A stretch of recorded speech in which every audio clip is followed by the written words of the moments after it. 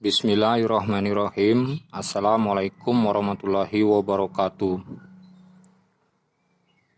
Pada kesempatan ini kita ingin membahas lagi masalah knalpot.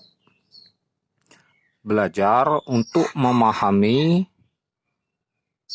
knalpot RE King, baik itu yang standar maupun yang racing. Setiap perubahan di knalpot akan berpengaruh di power tenaga kendaraan kita. Jadi seumpama kita mengganti knalpot ini dengan knalpot racing, nah ini misal jarum skep ini ada di garis yang kedua. Jadi mesti kita naikkan, dalam artian menaikkan jarumnya ini naik teman-teman.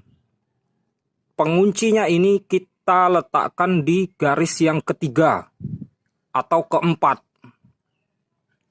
untuk mencukupi kebutuhan bahan bakar kendaraan kita karena volume knalpot yang sudah berubah. Tidak cukup sebatas ini, kemudian kita tes, kita bawa jalan sambil kita setting ulang lagi setelan anginnya ini. Jika masih ada berbetnya, kita buka sedikit lagi, sekitar 1-2 mili. Jadi jangan kebanyakan. Bila kebanyakan, settingan karbu kita menjadi kering. Untuk telinga yang paham, suara knalpot akan berubah. Jadi garing, keras, kurang nyaman di telinga. Menaikkan jarum skep maksudnya agar tidak nahan atau loyo di RPM menengah ke atas. Jadi suplai bahan bakar bertambah. Berarti knalpot racing boros. Ya. Dengan sendirinya knalpot itu meminta bahan bakar lebih. Karena volume yang besar. Enak mendengar suara dari knalpot racing tadi, kita sering blayer-blayer. Jadi bertambah boroslah kendaraan kita. Knalpot standar RE King dibuat oleh ahlinya sesuai dengan cc dan spek mesin. Di dalam tabung knalpot terdapat sekat-sekat. Sementara di knalpot racing tidak ada sekatnya. Sekat pada tabung knalpot standar RE King berfungsi untuk mengurangi suara agar tidak terlalu keras. Selanjutnya yang paling penting sebagai tendangan balik gas buang saat proses mesin bekerja, agar diproses kembali untuk menjadi tenaga di RPM atas. Sementara knalpot racing tidak ada sekatnya, dia loss. Knalpot racing untuk akselerasi RPM bawah oke, tetapi kurang bertenaga di RPM atas. Selanjutnya, kelebihan knalpot standar RE King mudah perawatannya. Bahannya kokoh, kuat. Dengan melepas sambungan di sini, kita bisa membersihkan tabung knalpot ini dengan mudah. Sementara yang racing, kalian pikirkan, bagaimana membersihkan area di dalam tabung knalpot ini? Tentu sulit. Dengan lamanya pemakaian, knalpot akan berkerak. Oli hasil pembakaran akan mengendap. Jadi untuk knalpot yang sudah berumur, sudah berubah suaranya. Tetapi bila knalpot kita standar, gampang membersihkannya. suaranya pun bisa kembali berdering, nyaring sebagaimana barunya. Kekuatannya juga sudah terbukti ya. Kolong ini sangat rendah, jadi rawan akan kempot, akan penyok.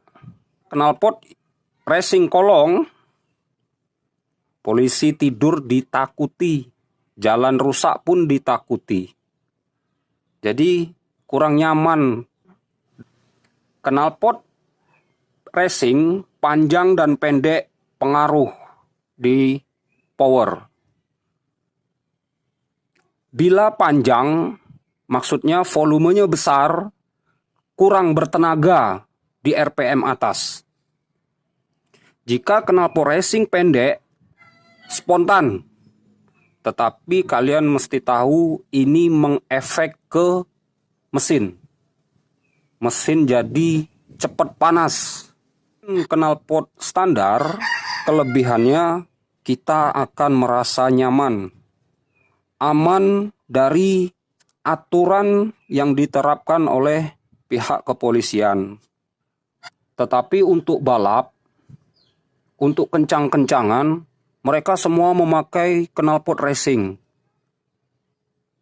Benar, teman-teman. Sekarang kita kembali ke mesin. Fisiknya tidak beda dengan mesin kita, sama. Tetapi yang membuat beda adalah jeroannya. Mereka memakai knalpot racing karena sesuai dengan spek mesin. Settingan karbu, membran, portingan blok.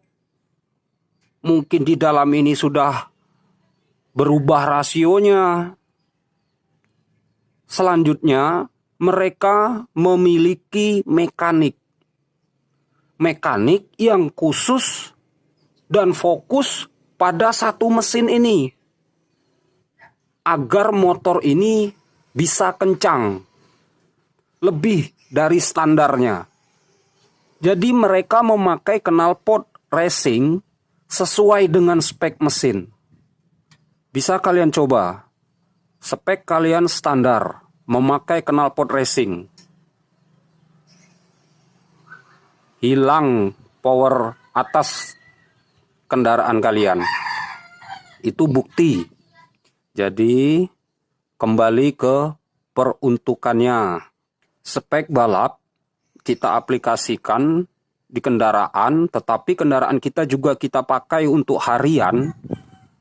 Tidak nyaman, teman-teman. Tetapi untuk knalpot racing, saya kembalikan lagi ke kalian semua. Jika kalian suka, jika kalian merasa nyaman, is okay. Sebaiknya maksimalkan saja knalpot standar. Main di saringan. Kalau masih memikirkan suara yang tidak begitu keras, cukup 1. Bila ingin keras lagi, 2. Itu sudah maksimal. Di sini saya sarankan cukup 1 sekat ya. Sudah bisa maksimal. Baik mesin kita masih standar atau sudah portingan. Bisa dipahami teman-teman ya. Bagi kalian yang sudah lama memakai kendaraan RX King, tentu akan paham. Biar bagaimanapun, entah apapun perubahan yang kalian atau kita lakukan di kendaraan kita, tetap ujung-ujungnya kembali ke standar untuk kenyamanan kita dalam berkendara. Teman-teman, mari belajar dewasa dan bijak. Orang yang bijak akan merasa malu jika tindakannya tidak lebih baik dari kata-katanya. Assalamualaikum warahmatullahi wabarakatuh.